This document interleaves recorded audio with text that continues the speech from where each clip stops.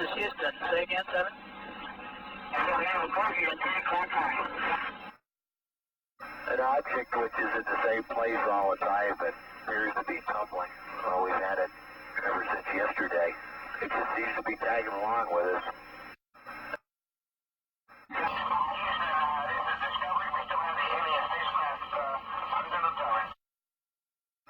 Looks like you got an object right in front of you, Mark. Can you look out there? I'm not sure what you're talking about. Never mind.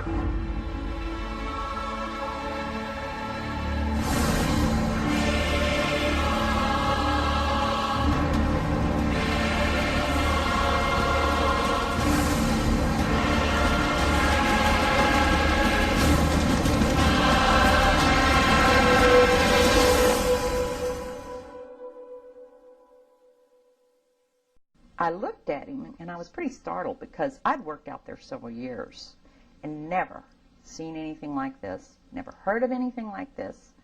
And I said, "Is this a UFO?" And he's smiling at me and he says, "I can't tell you that. I can't tell you that." What I knew he meant was it was, but he couldn't tell me. So I said, "What are you going to do with this information?" And he said, "Well, we always have to airbrush them out." Here's your list of charges. You hacked into the Army, the Navy, the Air Force, the Department of Defense and NASA, amongst other things. Why? I was in search of suppressed technology, laughingly referred to as UFO technology. I think it's the biggest kept secret in the world because of its comic value. So how did you go about trying to find the stuff that you were looking for in NASA, in the Department of Defense? Well, I assumed that although it's part of a secret government project, there must be military ties. I'd read 400 expert witness testimonies, ranging from civilian air traffic controllers through military radar operators, all the way up to guys that were in charge of whether or not to launch nuclear missiles. So it's a very credible people. And you actually eventually took control of one particular machine on a desk somewhere in NASA, is that right? Well, I mean, I had control of every machine that had a blank administrator password because the door was open. So. And what did you use that to do? I was searching for files and evidence in relation to the UFO question. Did you find what you were looking for? Yeah. Tell us about it. There's a group called the Disclosure Project. What did you find inside NASA? One of these people was a NASA photographic expert, and she said that in Building 8 of Johnson Space Center, they regularly airbrushed out images of UFOs from the high-res satellite imagery. And using the same blank password hunting technique, I got down to Building 8, got a few blank passwording machines there, and what she said was there. There was folders called filtered and unfiltered, or processed and raw, or something like that. I got one picture out of the folder, bearing in mind this is a 56K dial-up. So a very slow internet connection. Oh, crikey, yeah, I mean, dial-up days. A 235 megabyte picture, and if you're talking 5 minutes a megabyte, obviously impossible to download. Also in a NASA proprietary image format, not a GIF or a JPEG or anything. So using the remote control program, I turned the color down to 4-bit color, the screen resolution really, really low, and even then this picture was still, juddering and coming onto the screen.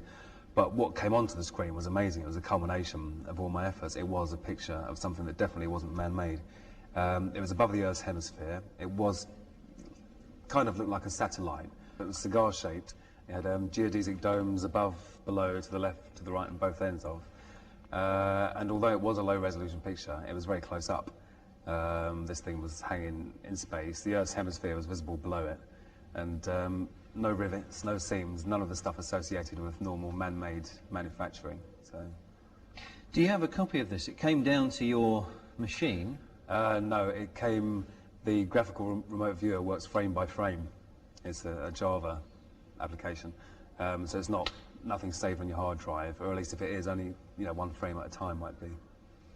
So did you get the one frame? Nope. What happened? Well, once I was cut off and my picture disappeared, I was you were actually cut off at the time you were downloading the picture? Yeah, I saw the guy's hand move across. And bear in mind, you're not downloading it, you're viewing it remotely. So in a way it is downloading because the picture's coming from there to yours, but you're not downloading it as a named file to your hard drive. You're viewing it through an application. I mean, if I was to go and look for pictures that you've described, I'd make blooming sure that I could record everything that happened on my machine. Was there a way to do that? I think there probably was a screenshot function in Remotely Anywhere, which I didn't use. I mean, I'm sitting there bedazzled, you know, thinking, crikey, this really is looking weirder and weirder the more that comes of it. And also, I thought that was safe there. I didn't think I'd be caught, you know, 3/4 of the way through of looking at the first picture I looked at. And also, I was amazed that it was how she said it would be. So you were cut off while you were looking at this picture. A few months later, you were caught. What happened on that day? National High-Tech Crime Unit knocks on your door early in the morning. I'd been asleep for about an hour, I think. So I was very groggy. You weren't up all night hacking, were you? I was, yes. But fortunately for me, they'd been monitoring me for 3 months beforehand and saw that I wasn't doing damage, that I was snooping around. So it was good in a way. Yeah, that was March 2002, and they said, oh, you might get 6 months or so community service. Next thing I know, in November 2002, 6 months has turned into 60 years in an American jail.